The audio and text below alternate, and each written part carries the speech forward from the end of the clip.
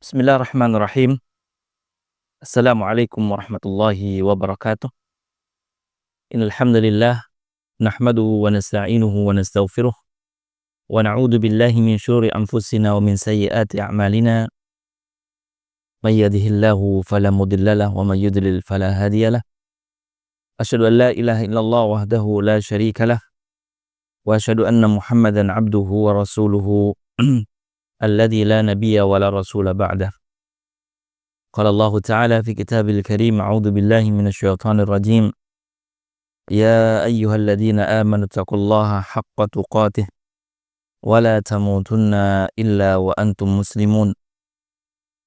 Wa qala aidan ya ayyuhalladzina amanu taqullaha wa qulu qawlan sadida yuslih lakum a'malakum wa yaghfir lakum dunubakum wa may yuti'illaha wa rasulahu faqad faza fawzan 'azima.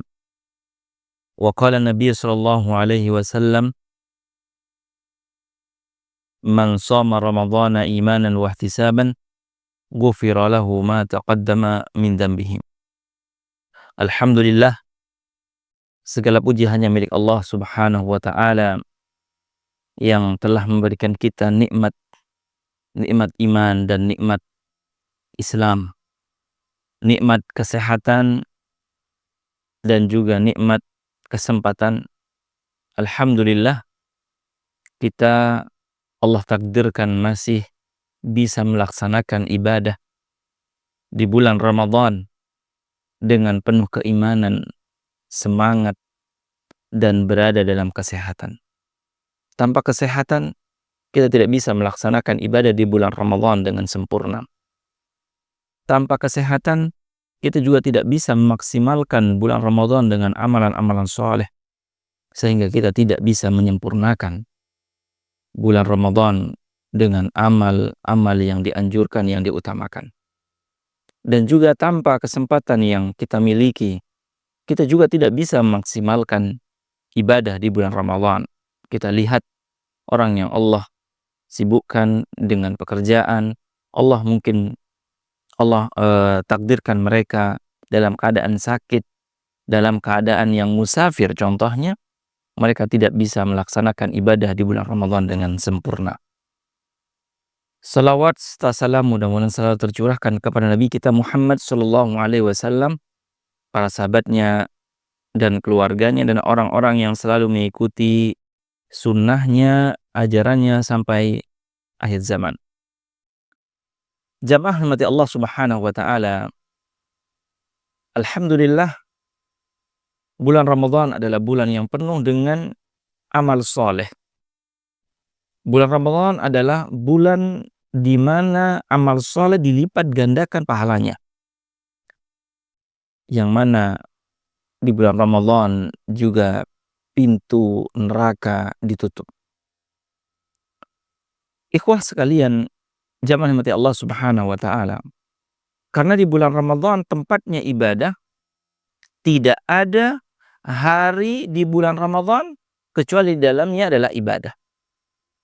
Ketika kita pagi hari dari terbitnya fajar sampai dengan terbenamnya matahari, kita telah menahan lapar, haus, dahaga, dan hawa nafsu, karena kita niatkan itu adalah ibadah dari Allah Subhanahu wa taala, yang mana dari sana adalah pahala yang luar biasa. Dan di malam harinya tidak hanya ibadah di bulan Ramadan, cukup di pagi hari dengan kita menahan makan, menahan minum, dan hawa nafsu. Di malam hari kita juga dituntut oleh Allah Subhanahu wa taala, diajarkan Nabi Muhammad SAW untuk memperbanyak amal soleh. Di antaranya yang saling kita kerjakan adalah sholatul tarawih, yaitu sholat tarawih. Hadirin yang dirahmati Allah Subhanahu wa taala, sholatul tarawih adalah sholat yang disyariatkan oleh Nabi Muhammad SAW di bulan Ramadan atau di malam hari bulan Ramadan. Kalau kita melihat ingin mengenal sholat tarawih, apa hukumnya? Sholat tarawih hukumnya adalah sunnah. Sunnah muakkadah. Jumhur ulama mengatakan bahwasanya sholat tarawih adalah hukumnya sunnah muakkadah. Rijali wan nisa. Untuk laki-laki dan untuk perempuan. Hukumnya adalah sunnah muakkadah. Karena Nabi SAW menghimbau agar kita melaksanakan sholat tarawih. Tentu kalau kita melihat keutamaan sholat tarawih, sebagaimana yang disabdakan Nabi SAW, hadis Imam Al-Bukhari dari Abi Hurairah radhiyallahu taala anhu, bagaimana Nabi SAW mengajak, memotivasi, menyuruh seorang muslim untuk menghidupkan malamnya di bulan Ramadan dengan qiyam, dengan sholat, itu sholat tarawih. Nabi SAW bersabda, "Man qama ramadhana imanan wahtisaban, ghufira lahu ma taqaddama min dambihi." Kata Nabi SAW, barang siapa mendirikan sholat, artinya menghidupkan malam bulan Ramadan dengan sholat, dengan iman, wahtisaban, dengan berharap pahala dari Allah Subhanahu wa taala, ghufira lahu ma taqaddama min dambihi. Allah Subhanahu wa taala akan mengampuni dosa yang telah lalu. Ya. Ini dalil yang menyebutkan bahwasanya sholat tarawih adalah anjuran atau sunnah muakkadah, tidak sampai ke wajib. Ya, karena kenapa? Karena Nabi Muhammad SAW, kalau kita melihat ke sejarah, ke tarikh, Nabi SAW hanya beberapa malam mengerjakan sholat tarawih berjamaah bersama para sahabatnya. Yang mana Nabi SAW mengerjakan sholat tarawih hanya 1 malam, 2 malam, kemudian tidak keluar untuk melaksanakan sholat tarawih bersama para sahabat, dikhawatirkan sholat tarawih akan menjadi wajib dan memberatkan kepada umatnya. Itu alasan Nabi SAW tidak keluar sholat tarawih berjamaah bersama para sahabatnya di hari ketiga dan keempat. Dan ini disampaikan oleh Nabi Muhammad SAW secara langsung. Ya, dalam hadis Al-Bukhari, bahwasanya Nabi SAW hari pertama keluar sholat tarawih bersama para sahabat. Hari kedua sholat bersama para sahabat juga, sholat berjamaah. Di hari ketiga dan keempat Nabi SAW tidak keluar. Di hari ketiga dan keempat. Kemudian pada pagi hari Nabi SAW mengatakan, "Faqad ra'aitu alladhi sona'tum." Saya tahu kalian tadi malam itu keluar untuk mencari saya, untuk melaksanakan sholat tarawih berjamaah. "Falam yamna'ni minal khuruji ilaikum illa anni khasyitu an tufrada alaikum." Tetapi tidaklah aku terhalang untuk keluar bersama kalian untuk melaksanakan sholat tarawih berjamaah, melainkan aku takut Allah Subhanahu wa taala mewajibkan sholat tarawih kepada kalian. Wa dzalika fi Ramadan, kata Imam Al-Bukhari, dan itu kata Abu Hurairah dan hadis Aisyah radhiyallahu taala anha. Dan itu terjadi di bulan Ramadan. Artinya sebab Nabi SAW tidak keluar melaksanakan sholat tarawih berjamaah di hari ketiga dan keempat dan seterusnya, karena dikhawatirkan sholat tarawih tersebut akan diwajibkan kepada umatnya. Akhirnya memberatkan kepada para umatnya. Karena apa? Karena diwajibkan sholat tarawih. Ini menunjukkan bahwasanya sholat tarawih adalah sunnah, dan ini menunjukkan bahwasanya bukan Nabi SAW meninggalkan sholat berjamaah karena tanpa alasan, karena ada alasannya. Namun Khulafa'ur Rasyidun begitulah di zaman Abu Bakar. Ya, zaman Abu Bakar sholat tarawih nafsi-nafsi. Ya, sendiri-sendiri. Baru di zaman Umar bin Khattab radhiyallahu taala anhu, salat tarawih dijadikan satu. Artinya dijadikan satu imam di Masjid Nabawi. Ya, karena ketika itu di zaman sebelum Umar bin Khattab, seorang sholat sendiri-sendiri. Yang ini sholat sendiri, yang fulan sholat sendiri. Akhirnya Umar bin Khattab memiliki memiliki usulan yang luar biasa. Dan itu terjadi ketika Umar bin Khattab radhiyallahu taala anhu keluar bersama sahabat Abdurrahman bin Abdul Qari. Yaitu ada di hadis Bukhari. Bahwasanya Umar bin Khattab keluar bersama beliau, ya, kemudian mendapati manusia di Masjid Nabawi itu auza. Ya, artinya di sana sholatnya sendiri, di sana sholatnya sendiri, di sana sholatnya sendiri. Dan Umar bin Khattab radhiyallahu taala anhu ingin mengumpulkan mereka, dijadikan dengan satu imam, yaitu sahabat Ubay bin Ka'ab. Ketika itu yang menjadi imam salat tarawih pertama di zaman Umar bin Khattab radhiyallahu taala anhu secara berjamaah. Maka semua kaum muslimin dan para sahabat berkumpul semuanya di satu imam, yaitu bersama Ubay bin Ka'ab radhiyallahu taala anhu. Dan ketika itu Umar bin Khattab mengatakan, ni'mal bid'atu hadhihi. Sebaik-baik bid'ah adalah ini. Ya, artinya bid'ah secara bahasa artinya, apakah sholat kita rutinkan sholat tarawih secara berjamaah adalah perkara bid'ah? Tidak. Karena Nabi SAW telah mencontohkan sholat tarawih adalah berjamaah. Namun karena dengan alasan Nabi SAW ditakutkan atau dikhawatirkan sholat tarawih menjadi wajib, maka Nabi SAW di hari ketiga dan keempat tidak keluar untuk melaksanakan sholat berjamaah. Sholat berjamaah itu sholat tarawih bersama para sahabat. Dan itu kemudian berlaku di zaman Umar bin Khattab, dan ketika itu para sahabat tidak mengingkari. Dan itu para sahabat tidak mengingkarinya. Karena apa? Karena sudah diajarkan oleh Nabi Muhammad SAW. Dan ketika di zaman Abu Bakar, ketika setelah meninggalnya Nabi SAW, ya tidak akan ada perubahan status hukum dari sebuah ibadah. Karena Nabi SAW sudah tidak ada. Karena sumber hukum sudah tidak ada, yaitu Rasulullah SAW.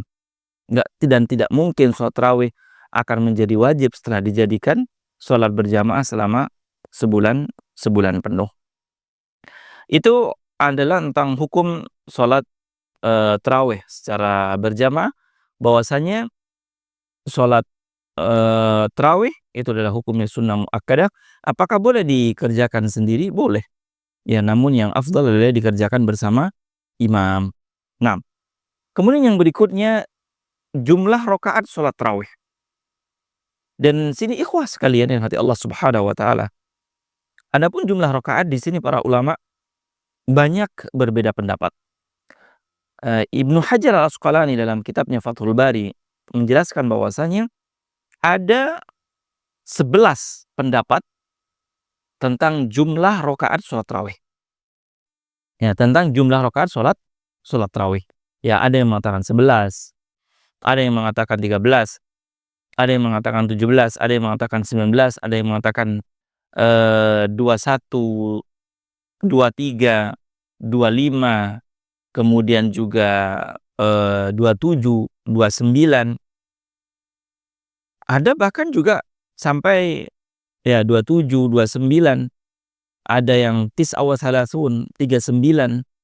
Ada juga yang 41. Bahkan ada sampai ke 7, ada yang sampai 47. Ya, sampai seperti itu. Ada 11 akwal atau 11 pendapat dari para ulama tentang hukum jumlah rakaat sholat tarawih. Ya.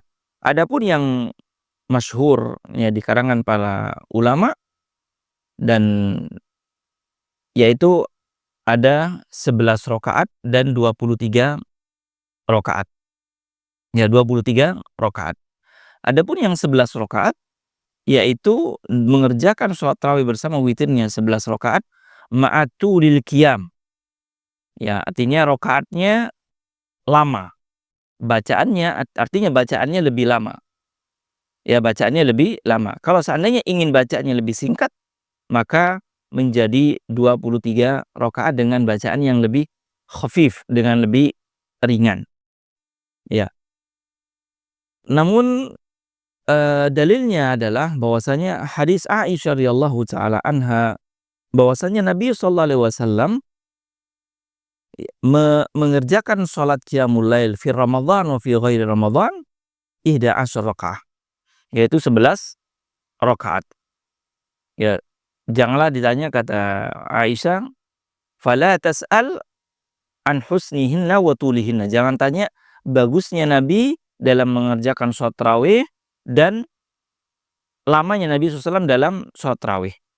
Artinya bahwasanya ketika 11 rakaat maka bacaannya lebih panjang. Ya, jangan cepat-cepat, jangan terlalu pendek. Ya, jangan terlalu pendek. Dan kemudian juga bahwasanya 11 rakaat itu harus dengan bacaan yang panjang.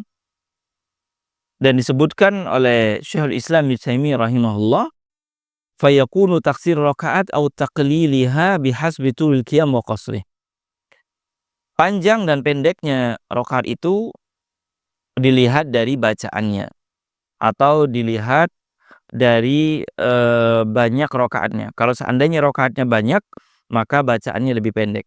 Kalau seandainya rakaatnya sedikit, maka bacaannya lebih eh, lebih panjang. Namun di sini beliau rahimahullah memberikan catatan, harus dilihat dari keadaan musallin atau keadaan makmum. Ya, harus dilihat dari keadaan makmum. Kalau seandainya makmumnya dengan dia mengerjakan sholat tarawih 11 rakaat, makmumnya bisa menyesuaikan dengan bacaan yang panjang, maka itu lebih afdal. Maka itu lebih afdal. Maka kalau seandainya dengan 11 rakaat melihat makmumnya ada yang udah orang tua, yang sudah sangat tua dan tidak memungkinkan untuk berdiri lama, maka mengambil atau memperhatikan keadaan makmum itu lebih afdal dengan memperhatikan apa? Dengan memperhatikan sunnah dan kewajiban-kewajiban pada sholat tarawih tersebut. Ya, yang salah itu jangan terlalu panjang dan juga jangan terlalu pendek. Pendek sekali bacaannya. Bahkan sebagian kaum muslimin malah mencari apa? Mencari imam yang atau mencari masjid yang sholat tarawihnya pendek. Artinya sholat tarawihnya cepat selesai. Ya, ini juga yang tidak bisa kita benarkan, ya. Kita benarkan terlalu pendek dan juga terlalu panjang akhirnya menyebabkan orang menjadi tidak nyaman, terutama orang-orang yang sudah usia dan seterusnya. Nah, kemudian yang berikutnya adalah tentang boleh nggak seorang makmum itu menyelisihi imam ketika sholat tarawih? Ya, menyelisihi imam ketika sholat tarawih.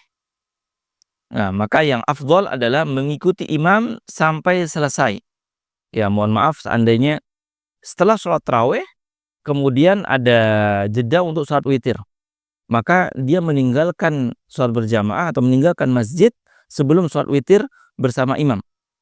Maka yang afdol adalah mengikuti sholat sampai imam selesai, yaitu sampai imam yansharif, sampai imam selesai dari sholat witir. Berdasarkan hadis Nabi SAW, man qama ma'al imami hatta yansharif kutiba lahu qiyamu lailatin. Barang siapa dia sholat malam, sholat tarawih bersama imam hatta yansharif, sampai imam selesai sholat witir, kutiba lahu qiyamu lailatin. Ya, maka ditulis bagi dia pahala sholat semalam suntuk atau sholat tahajud semalam penuh. Ini juga bahwasanya sholat bersama imam itu lebih afdal daripada dia berpisah dari imam untuk menyempurnakan sholatnya sendiri. Nah, itu yang afdal adalah tetap bersama imam.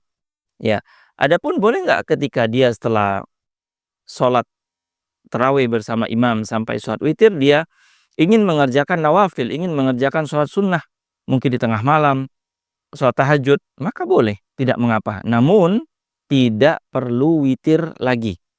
Ya, tidak perlu witir lagi. Karena dalam satu malam cukup dengan satu witir. Tidak perlu ada 2 witir dalam satu malam. Nah, kemudian yang berikutnya adalah, dan ini sering ditanyakan oleh jamaah yang dirahmati Allah Subhanahu wa taala, apakah sholat eee, tarawih itu adalah 2 rakaat 1 salam, kemudian atau 4 rakaat 1 salam? Maka yang afdal dan yang rajih insyaallah taala anhu adalah 2 rakaat 1 salam. Nanti 2 rakaat 2 rakaat. 2 rakaat salam, 2 rakaat salam, 2 rakaat salam. Karena berdasarkan hadis Nabi SAW ketika ditanya tentang sholat malam, Nabi SAW, sholatul laili masna masna. Sholat malam itu adalah 2 rakaat 2 rakaat. Ya, kalau seandainya bagi orang yang ingin mengerjakan sholat tarawih 23 rakaat, maka tetap 2 rakaat salam, 2 rakaat salam, 2 rakaat salam. Kalau seandainya ingin mengerjakan lebih daripada itu, 2 rakaat salam, 2 rakaat salam, 2 rakaat salam. Ya. Eee, kemudian yang berikutnya adalah tentang bacaan Al-Quran ketika sholat tarawih. Ya,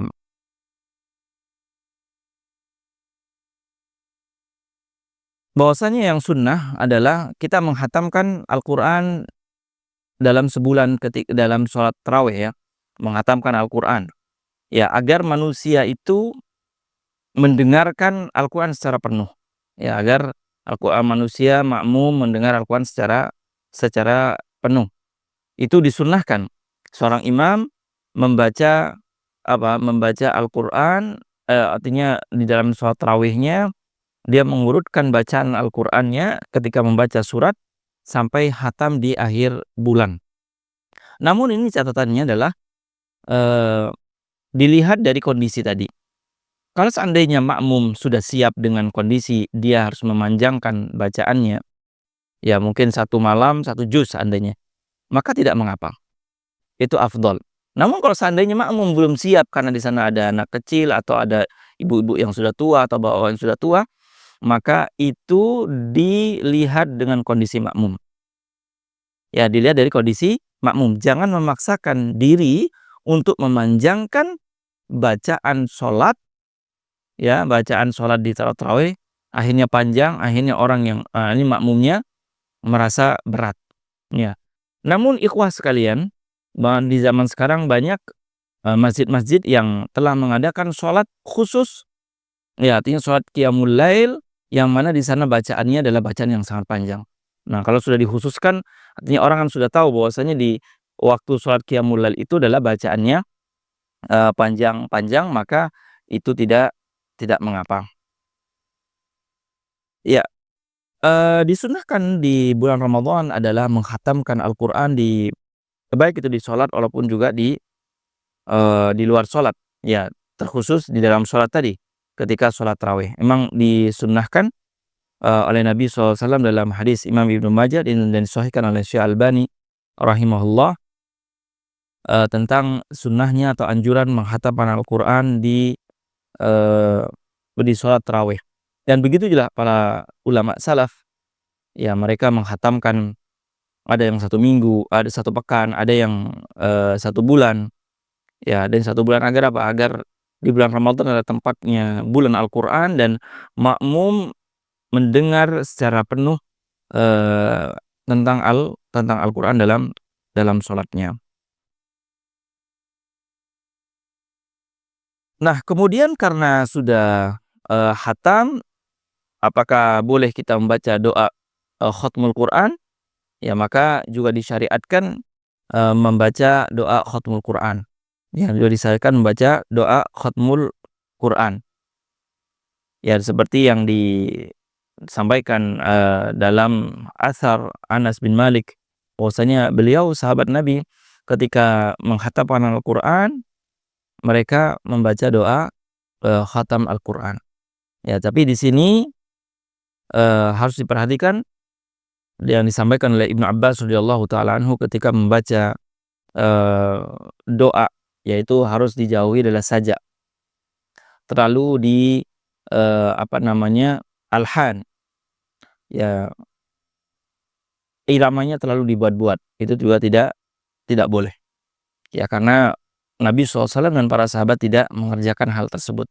Karena akan apa? Akan dikhawatirkan beralih dari tadabbur tentang doa itu ke sajak atau ke irama-irama yang ada.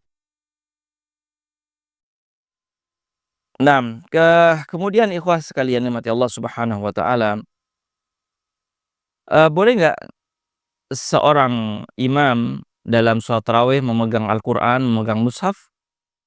Ya, perlu kita ketahui bahwasanya yang afdal yang menjadi imam adalah aqra'uhum lil Qur'an. Yang paling baik bacaannya Al-Qur'an. Ya, yang paling baca Al-Qur'an, dan lebih baik kalau seandainya dia hafiz. Dia menghafal Al-Qur'an, artinya tanpa menyibukkan diri untuk memegang mushaf ketika apa, ketika menjadi imam sholat tarawih.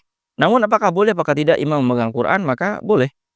Ya sebagaimana zakawan gulamu Aisyah, bahwasanya eee, dia memegang Al-Qur'an ketika sholat, mengimami sholat tarawih, dan itu hanya berlaku untuk sholat sunnah. Adapun sholat fardhiyah maka tidak perlu atau tidak usah memegang Al-Qur'an. Namun tadi yang afdol adalah orang yang bacaannya bagus dan yang hafid, yang menghafalkan Al-Qur'an. Artinya yang Al-Qur'annya sudah bagus dan lebih banyak menghafalkan Al-Qur'an. Kemudian yang terakhir adalah hukum kunut dalam sholat tarawih, artinya ketika di witir. Kunut ketika di sholat tarawih adalah disunnahkan, ya terutama adalah kunut ketika sudah nisful awakhir, ya apa namanya, setengah terakhir di bulan Ramadan, seperti disampaikan di madzhab Syafi'i bahwasanya itu adalah disunnahkan untuk mensyiarkan kunut, ya mensyiarkan kunut di bulan atau di sholat tarawih. Namun harus diperhatikan oleh imam dalam kunut adalah tidak perlu disajak, artinya tidak perlu diirama-irama yang berlebih-lebihan ketika membaca doa kunut. Kemudian yang kedua adalah tidak perlu terlalu lama. Ya, cukup jawami'ul kalim. Cukup dengan doa-doa yang sudah bisa mencakup semua yang diharapkan, semua yang ingin didoakan. Ya, tidak perlu terlalu tidak perlu terlalu panjang, akhirnya menyebabkan makmum merasa keberatan dan merasa terlalu lama. Itu adalah penjelasan singkat tentang hukum sholatut tarawih. Semoga kita semuanya diberikan taufik oleh Allah Subhanahu wa taala bisa menyempurnakan bulan Ramadan dengan amalan-amalan, dengan ibadah, dan bisa merutinkan sholat tarawih sehingga kita menjadi orang yang disabdakan Nabi sallallahu alaihi wasallam, "Man qama ramadhana imanan wa ihtisaban, ghufira lahu ma taqaddama min dzambi." Kita keluar dari bulan Ramadan menjadi predikat yang muttaqin, yaitu orang yang bertakwa kepada Allah Subhanahu wa taala. Subhanakallahumma bihamdika asyhadu an la ilaha illa anta astaghfiruka wa atubu ilaik. Wassalamualaikum warahmatullahi wabarakatuh.